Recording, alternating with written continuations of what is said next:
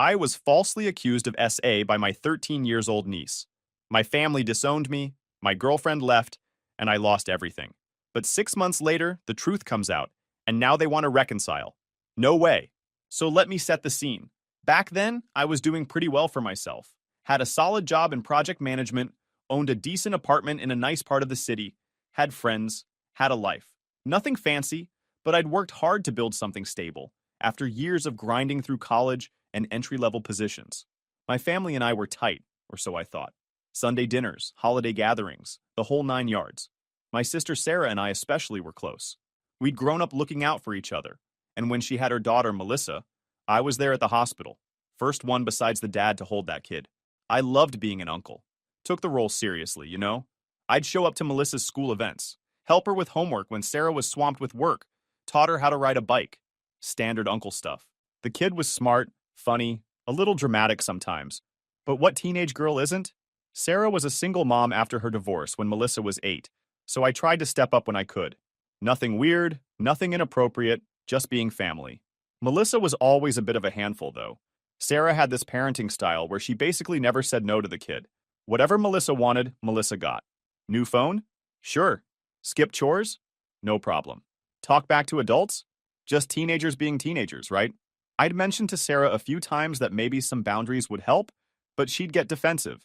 Said I didn't understand because I wasn't a parent. Fair enough, I guess. But there was this one incident about 6 months before everything went nuclear. We were all at my parents' house for some random Sunday gathering. Melissa was in one of her moods, being disrespectful to our mom, rolling her eyes, making snide comments. I pulled her aside, not even yelling or anything, just said something like, "Hey, that's your grandmother. You need to watch your tone." She looked at me like I'd slapped her. Got this cold look in her eyes I'd never seen before. Then she stormed off to Sarah, and I heard her complaining about how I'd embarrassed her in front of everyone. Sarah came over, told me to back off, that she'd handle her own daughter. I apologized, dropped it, figured it wasn't worth the drama. Should have paid more attention to that look Melissa gave me, though. That was the first red flag I completely missed. Fast forward to late spring 3 years ago. My parents were throwing a barbecue at their place. Pretty standard family thing. Burgers and hot dogs, cousins running around. That suburban weekend vibe. I showed up after work, still in my button-down, but I ditched the tie. Everything seemed normal at first. Melissa was there with a couple of her friends, doing that thing where teenage girls huddle together and whisper. I said hi. She barely acknowledged me. Whatever. Teenagers are moody.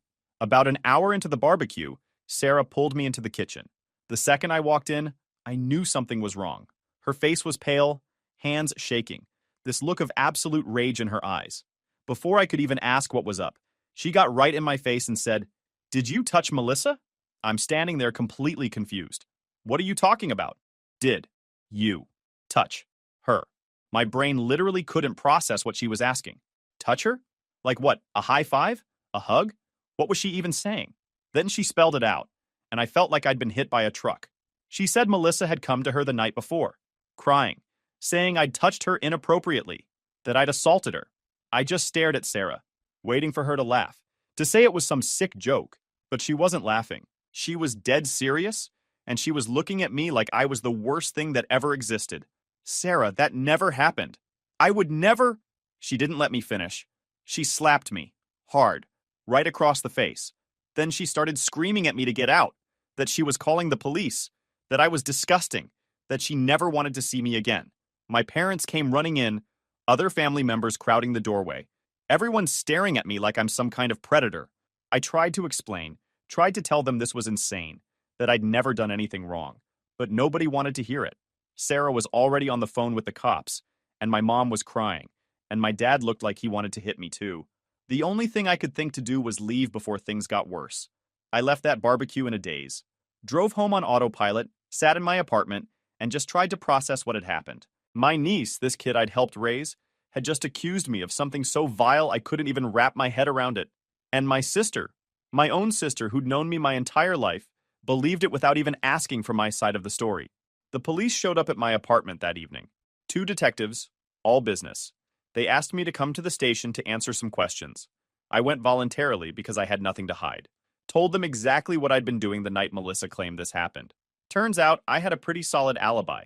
I'd been at a work dinner with my entire team that night, from 6 in the evening until almost midnight. 15 witnesses, restaurant receipts, everything documented. The detectives seemed skeptical of the accusation from the start, but they had to investigate. They interviewed Melissa multiple times. Her story kept changing. First, she said it happened at my apartment. Then she said it was at my parents' house. Then she couldn't remember exactly when. The timeline she gave didn't match anything. One detective told me later, off the record, that they see false accusations sometimes, but they still have to investigate thoroughly. I appreciated his honesty, but it didn't make the process any less destructive. Every interview felt like I was being treated as guilty until proven innocent. Every question felt loaded. The worst part was waiting. Waiting for them to verify my alibi. Waiting for Melissa's story to fall apart. Every day that passed was another day my life hung in limbo. Meanwhile, my phone wouldn't stop buzzing with notifications. People I hadn't talked to in years were reaching out. Hey man, heard what happened. Is it true? Real supportive stuff. I ended up changing my number after the first week. See, here's what nobody tells you about being accused of something like this. Even when you're innocent, even when the evidence proves you didn't do anything wrong, people still look at you differently. Within 2 days, my entire neighborhood knew. Someone had posted about it on social media. Didn't use my name, but gave enough details that everyone figured it out. My landlord called me 3 days after the accusation. Said other tenants were uncomfortable with me living in the building. When I asked what grounds he had to kick me out when I hadn't been charged with anything, he backed off but said he was keeping an eye on the situation. Work was worse. My boss brought me in for a meeting. Said maybe I should take some time off. I told him I had an alibi, that the police would verify it. He gave me this practiced, sympathetic look and said it wasn't about guilt or innocence, it was about optics. The company couldn't afford to have someone under investigation working there. They'd keep me on paid leave for now, but the implication was clear. That meeting crushed me more than the accusation itself. This was a company I'd given 6 years of my life to. I'd worked weekends, pulled all-nighters on projects, trained new employees. And the second things got complicated, they threw me out. Didn't matter that I was innocent. I told him I was innocent, that I had an alibi, that this was clearly false. He gave me this look like he wanted to believe me but wasn't sure. Said it was just temporary, just until things calmed down. That temporary leave turned into me being quietly pushed out within a month. Couldn't go to the grocery store without people whispering. Couldn't go to the gym without someone staring. Old friends stopped returning calls. People I'd known for years just ghosted me. One friend sent me a text that said, "I don't know what the truth is, but I have kids, so I can't associate with you right now." I understood perfectly. Everyone was protecting themselves. The gym was particularly bad. I'd been going to the same place for 4 years. After the accusation, people would move to the other side when I showed up. Finally, I just stopped going, canceled my membership, and worked out at home. My parents sent a single text during those first 4 months. It said, "We're praying for the truth to come out." Not, "We believe in you." Just a vague statement about truth. Their silence said everything. The few family members who did reach out were worse. My aunt said she had to protect her own children first. My cousin asked if I'd take a polygraph test. My uncle suggested I apologize to Melissa to smooth things over. Apologize for something I didn't do, just to make everyone comfortable. People I hadn't spoken to in years came out with their takes. "I remember you being kind of quiet in school became, you were always creepy." Every normal aspect of my personality got reframed as suspicious. The worst part was, I kept thinking it would all blow over once the truth came out. I kept thinking, okay, they'll investigate, they'll see Melissa's lying, and everyone will apologize, and we'll move past this.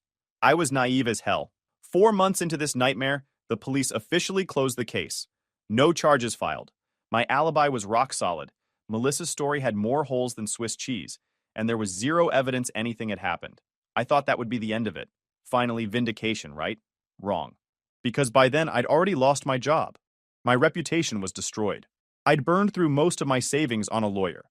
And the people who'd turned their backs on me? They didn't suddenly welcome me back with open arms. Most of them still looked at me like I was guilty. No charges doesn't mean innocent. That kind of garbage. Some people actually said to my face that I probably did it, but got away with it because of some technicality. I moved to a different part of the city, found a new apartment in a neighborhood where nobody knew me. Started job hunting, which was brutal. Background checks didn't show an arrest, but Google did. My name was associated with the accusation online. Someone had archived the original social media post. I tried everything to get it removed. Nothing worked. Had to explain it in interviews. Most HR people would get this shift in their expression when they brought it up. I'd walk them through the whole story. falsely accused, fully investigated, completely cleared. Some were understanding. Most said they'd keep my resume on file. One interview destroyed me. The hiring manager seemed great, multiple rounds of talks. Then he said the company couldn't move forward. They'd seen the accusations online. He said he personally believed me, but his hands were tied. I sat in my car for an hour afterward. Eventually landed a new job, less pay, less prestige. The company was smaller, more willing to take a chance. My new boss had his own unfair situation years back, understood how the system works. That job probably saved me. Started rebuilding from scratch, made new friends who didn't know my past, kept my head down, learned to be careful about who I trusted, started seeing a therapist because the paranoia was getting bad. I'd second guess every interaction, wondering if people were Googling me later. And I made a decision. I was done with my old family. Completely done. Not in an angry way, not in a revenge way, just in a practical, self-preservation way. These people had proven they couldn't be trusted. They'd chosen comfort over truth, panic over patience, and in doing so, they'd shown me exactly where I stood in their priorities. Dead last. Then, 6 months after the investigation closed, Sarah called me. First time I'd heard from her since she'd slapped me at that barbecue. I almost didn't answer, but curiosity got the better of me. She sounded terrible, like she'd been crying for hours.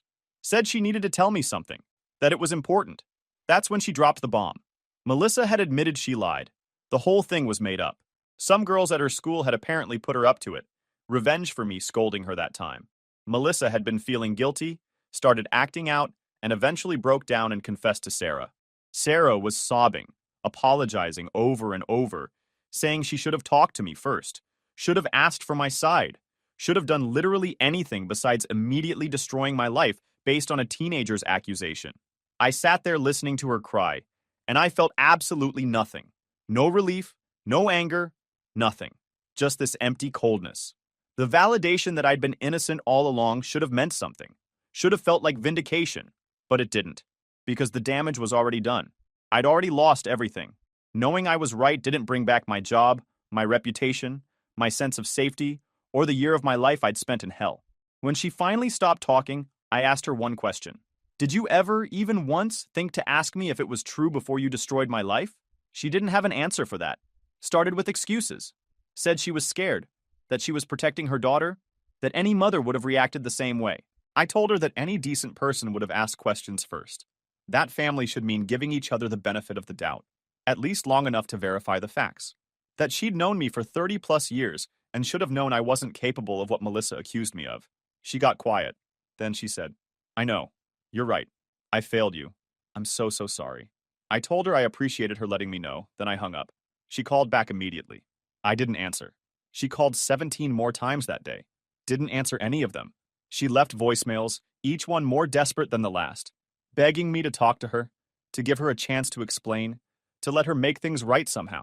I deleted them all without listening to more than a few seconds. The thing was, her apology didn't change anything. It didn't undo what happened. It didn't erase the months of being treated like a criminal, the job loss, the social isolation, the paranoia, the depression, none of it. All it did was confirm what I already knew. I was innocent. But being innocent never protected me from losing everything. Over the next few weeks, my entire family came out of the woodwork. Everyone suddenly wanted to talk, apologize, make things right. My mom sent me a care package with cookies. Like cookies could fix this. I gave them to my neighbor. My dad showed up at my apartment unannounced. I looked through the peephole, saw him standing there, almost opened the door. Then I remembered that barbecue, the disgust on his face. I opened the door just enough to speak through the chain lock. He said we needed to talk man to man. I told him I record all conversations now. He could email me. His face went from determined to hurt to angry. Started raising his voice about throwing away family over pride. I closed the door. Got an email from him later. Long thing about family obligations, forgiveness, mistakes. Said my refusal was hurting my mother. I archived it without responding. My cousins tried the friendly approach. Tyler sent me a message about grabbing coffee. I agreed, curious what angle they'd take. We met at a chain coffee place. After small talk, he got to the real reason. Said the family missed me. Everyone regretted what happened. Melissa was struggling with guilt. I asked where he was during my investigation. He got uncomfortable, said it was complicated. I told him it wasn't. Either you believed I was capable of that, or you didn't. He chose to believe it. That was his choice. The thing is, I'd already moved on. In the 6 months between the accusation and Sarah's confession, I'd built a new life. New job, new friends, new apartment, new everything. I'd gone to therapy, worked through the anger and betrayal, and accepted that my old life was gone. I wasn't the same person anymore. The naive guy who showed up to family barbecues and trusted everyone, he died the day Sarah slapped me. This new version of me? I was careful, guarded.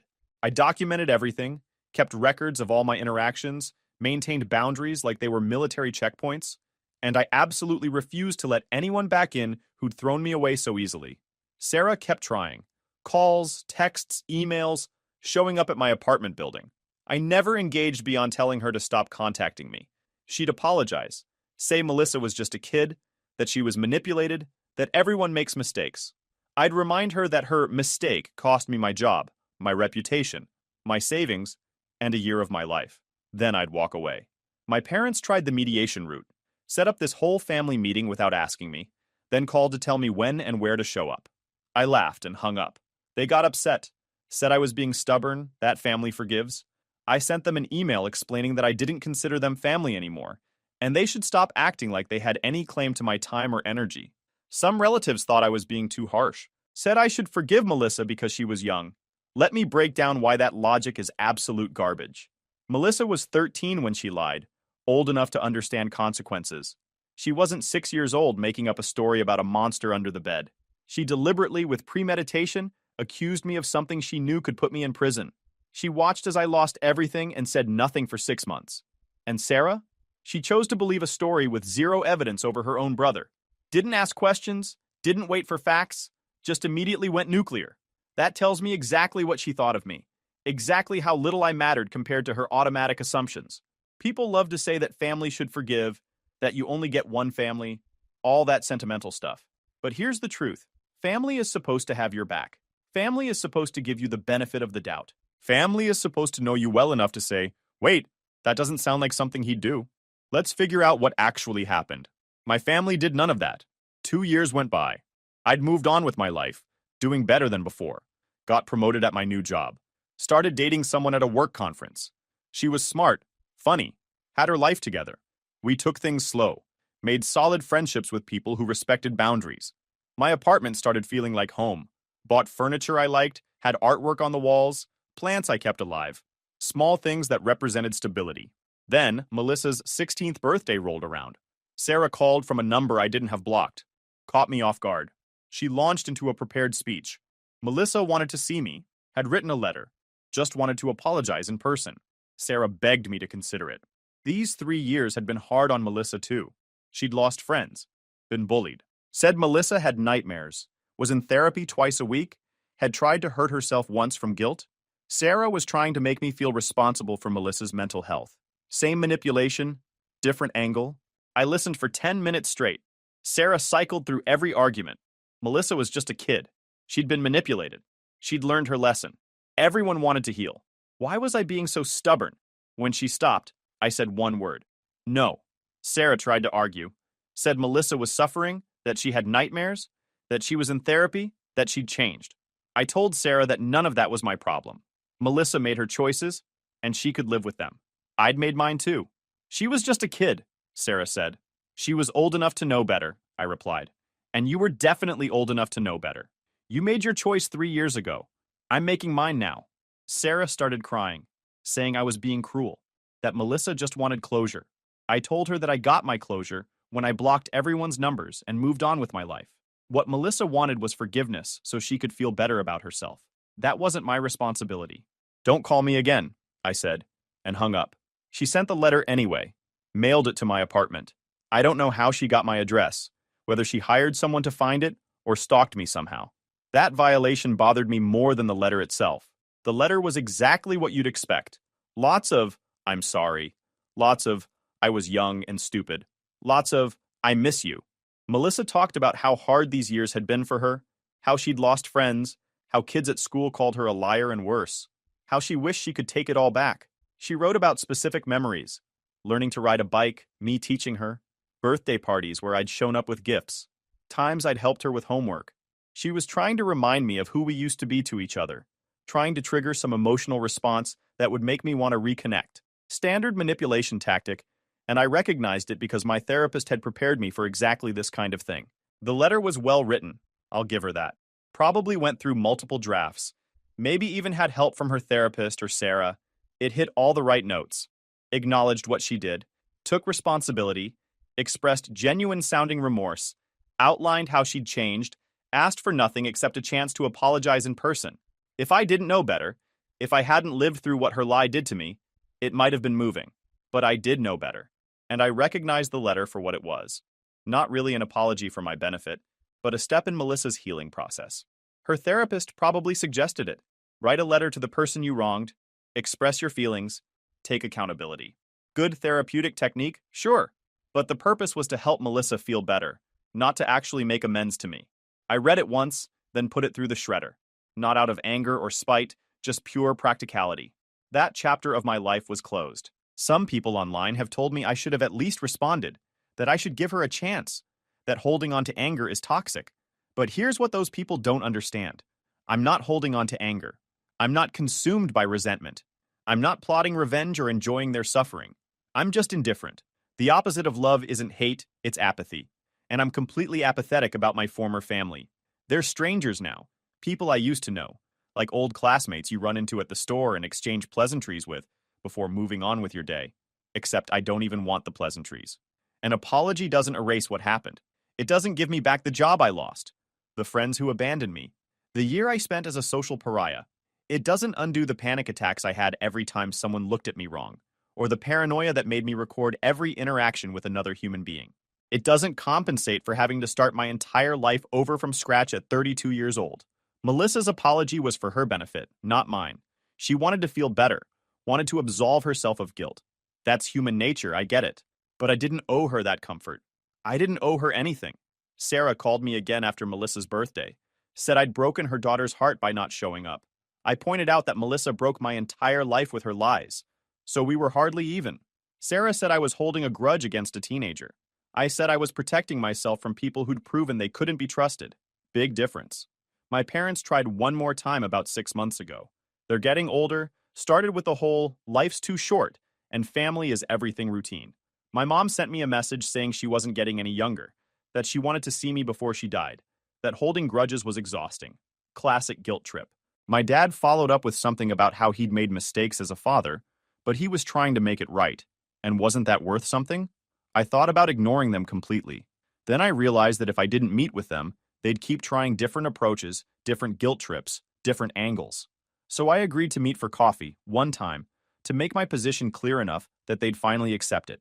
They said everyone had apologized, that it was time to move on, that I was being unfair by punishing them forever. We met at a neutral location, some chain coffee shop halfway between our areas. I got there early, picked a seat near the exit, brought a book so I'd have something to do if they were late. They weren't. Showed up right on time, looking nervous. I met them for coffee. Only time I'd seen them face to face in 3 years. They looked older, more tired. My mom had more gray hair than I remembered. My dad had lost weight, looked smaller somehow. Part of me felt bad for them. The rest of me remembered what they'd put me through. They sat down, ordered coffee they barely touched. My mom cried through most of it, dabbing at her eyes with napkins she'd brought specifically for this purpose. My dad did his stoic thing, but I could tell he was emotional too. His hands were shaking when he lifted his coffee cup. They said they missed me, that family gatherings weren't the same without me, that they'd made a mistake by not supporting me from the start. My mom talked about how empty the holidays felt, how she'd set a plate for me at Thanksgiving out of habit, and then cried when she realized I wasn't coming. My dad mentioned my birthday, how they'd sent a card that came back marked, "Return to sender," because I'd changed addresses without telling them. They were trying to show me how much my absence hurt them, how much they wanted me back. I listened to everything they had to say. Didn't interrupt, didn't argue, just let them get it all out. When they finally stopped talking and looked at me expectantly, I laid it out for them plain and simple. When Sarah accused me, you didn't ask questions. You didn't call me aside and say, "What happened? Tell us your side." You just assumed I was guilty. You let me walk out of that barbecue alone, knowing what people were saying about me, and you didn't reach out once during the investigation. Not once. You let me go through months of hell completely alone, let my life fall apart without even checking if the story made sense. That told me everything I needed to know about where I stood in this family. My mom tried to interrupt, to explain, but I held up my hand. I'm not done. You've apologized now, and I appreciate that. I really do. But an apology doesn't create trust. Trust is built over time through actions, and you destroyed 30 plus years of trust in one afternoon. I'm not interested in rebuilding. I have a good life now, with people who respect me and believe in me. People who gave me the benefit of the doubt when things got complicated, who stood by me, who asked questions before making judgments. I don't need the stress of wondering if you'll throw me away again the next time someone makes an accusation. My dad started to speak, something about how they'd never make that mistake again, but I cut him off. You don't know that. You can't know that. Because when it mattered, when I needed you most, you failed. Not because you're bad people, but because you're human. You panicked, you believed the worst, you protected yourselves. I get it. But I'm protecting myself now. And that means keeping distance from people who've proven they can't be trusted when things get scary. My mom said I was being too harsh, that everyone deserves a second chance. I told her she might be right, but I was choosing not to give one. That was my choice to make, just like it was her choice to believe I was guilty without evidence. We haven't spoken since. The thing is, I don't think about them much anymore. Occasionally, something will remind me of the old days, some random memory of Sunday dinners or holiday traditions, and I'll feel a twinge of something. Not quite sadness, not quite nostalgia, just acknowledgement that things used to be different. But then I remember what they put me through, and that feeling disappears fast. Gets replaced by this quiet satisfaction that I got out, that I built something better, that I'm not stuck in a cycle of people who treat family as disposable. My girlfriend and I hit the 2-year mark last month. She's incredible, honestly. Works in marketing, has this great sense of humor, challenges me in good ways. We moved in together about 6 months ago, got a place with an extra bedroom we're using as a home office. She knows the broad strokes of what happened with my family, that there was a false accusation that destroyed those relationships, but she hasn't pushed for details. Said when I'm ready to tell her everything, she'll listen, but she's not going to pressure me. That level of respect, of understanding boundaries, that's what real support looks like. She didn't need to know every detail of my past to trust me in the present. She judged me based on my actions, my character, how I treated her and others. Novel concept, right? We have a good group of friends now. Couples mostly. People we met through work or hobbies. We do game nights, dinner parties, weekend trips. Normal stuff that I thought I'd never have again after everything fell apart.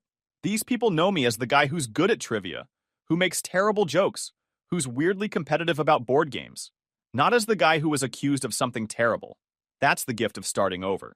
You get to be whoever you are now, not whoever you were when your life exploded. Some people have told me I'm too unforgiving, that I should let it go and reconnect with my family. Other people say I'm completely justified, that what they did was unforgivable. Honestly, I don't care what anyone thinks. This isn't about right or wrong, or who's justified, or who's being reasonable. This is about self-preservation and mental health. I learned a hard lesson 3 years ago. I learned that people will turn on you in a heartbeat if the accusation is serious enough, that your history with someone means nothing when fear and outrage take over, that being innocent doesn't protect you from losing everything. Those are brutal lessons, but they're valuable ones. They taught me to be more careful, more selective, more protective of the life I build. I also learned that I'm stronger than I thought. I survived being completely destroyed and rebuilt my life from nothing. Lost my job, my reputation, my family, my friends, my home, everything. And I still got up every morning, went through the motions, kept pushing forward until those motions became real again. That's not something everyone can say. I'm proud of that strength, even though I wish I'd never had to develop it. I made new friends, found new family in the people who actually stood by me, created a life that doesn't depend on anyone who proved they couldn't be trusted. That's worth more to me than any family reunion or birthday party. Melissa is 19 now. I heard through social media that she's in college studying psychology. Part of me wonders if she's trying to understand why she did what she did. Part of me hopes she's learned, that she's grown into someone who thinks before acting. But that's a distant hope, the kind you have for strangers. Like hoping a celebrity turns their life around. Detached, impersonal. She's been in therapy consistently since the confession. I genuinely hope it helps her. Not for my sake, but for hers. Maybe she'll become a decent person. Maybe she already is one. Doesn't matter to me either way. Sarah reached out recently with a new approach. Melissa was struggling with severe anxiety and guilt. Her therapist suggested meeting might help. Sarah asked if I'd do a mediated conversation. Offered to pay, do it anywhere, anytime. Just once. Just a chance for Melissa to say what she needed. I told her no. My life is peaceful now. I have a girlfriend I'm serious about. We talked about engagement last week. I'm up for another promotion. I play basketball Wednesday nights. I'm learning guitar. Trip to Colorado next month. Opening that door means inviting chaos back in. I'm not willing to do that. Every interaction with my former family has been draining, full of guilt trips and manipulation. I don't owe them anything. The last message I sent to Sarah was pretty clear. I told her I understood that Melissa was struggling, that I genuinely hoped she found peace and healing. But I also told her that my healing required distance from everyone involved, that I'd worked hard to build a life that didn't include them, and I wasn't going to compromise my mental health for theirs. I wished them well and asked them not to contact me again. She sent back a long message about closure, about how Melissa would never truly heal without facing me, about how I was being selfish. I didn't respond. Block that number too. She hasn't reached out since, at least not in any way I've noticed. That was 4 months ago. I know some people reading this will think I'm cold, maybe even cruel. They'll say a teenage girl made a mistake and I'm punishing her for life. But here's what they're missing. I'm not punishing anyone. I'm just living my life without them in it. There's a difference. Punishment implies I'm actively trying to hurt them, that I'm seeking revenge or trying to make them suffer. I'm doing none of that. I'm just existing in my own space, building my own happiness, protecting my own peace. They feel punished because they want something from me that I'm not willing to give. That's their problem, not mine. My girlfriend knows the broad strokes of what happened, though not all the details. She asked me once if I ever missed my old family. I told her honestly that I missed the idea of them, the version that existed before I found out how little faith they had in me. But I don't miss the reality of who they actually were when it mattered. The people who stood by me when things got tough, those are the ones who matter now. She understood that completely. She comes from a complicated family situation herself, dealt with her own share of betrayal and disappointment growing up, so she gets that sometimes the healthiest thing you can do is walk away. No guilt, no second guessing, just recognizing when a relationship is toxic and choosing yourself instead. We're talking about moving in together, maybe getting engaged next year, building something new, something that doesn't have the weight of betrayal hanging over it, something based on trust that's earned, not assumed. I saw my mom in public once, about a year ago. We were in the same grocery store, completely by chance. She saw me first, started walking toward me with this hopeful look on her face, like maybe enough time had passed that I'd be ready to talk. I turned and walked the other way without hesitation. Heard her call my name, but didn't turn around, didn't slow down, just kept walking until I was in a different aisle. It wasn't dramatic or emotional. I just didn't want to have that conversation in the middle of the produce section, didn't want to get into it surrounded by strangers buying vegetables. Got a text from her later that day. She said it hurt to see me walk away like that she just wanted to talk for a few minutes. I texted back that I understood, but I'd made my position clear and nothing had changed. She said she'd keep hoping I'd change my mind someday. I told her she was welcome to hope, but not to expect anything. That was the last direct contact we had. Recently, I found out through social media stalking by accident that Melissa posted something vague about forgiveness and learning from mistakes. Didn't mention me by name, but it was pretty obvious what she was talking about. Comments were full of people supporting her, saying everyone deserves forgiveness, that holding grudges is toxic. I didn't respond or react to the post. Didn't even care enough to feel annoyed. That's someone else's drama now. Someone else's story. I'm just living my life. My life now is pretty simple and straightforward, honestly. Work, gym, spending time with my girlfriend and our friend group, working on my hobbies. I picked up woodworking last year, built a bookshelf that actually turned out decent. Thinking about getting a dog. Normal stuff. Boring stuff. The kind of life people take for granted until they've had to rebuild it from scratch. People ask if I'll ever reconcile with my family. My answer is always the same. Never say never, but I'm not holding my breath.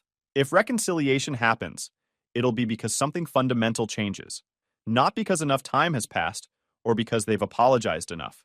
And honestly, I'm not sure what that fundamental change would even look like. Trust isn't something you can rebuild through apologies and time alone. It's rebuilt through consistent action over years, through proving you've changed, through demonstrating that you understand what you did wrong and why it matters. My family hasn't done any of that.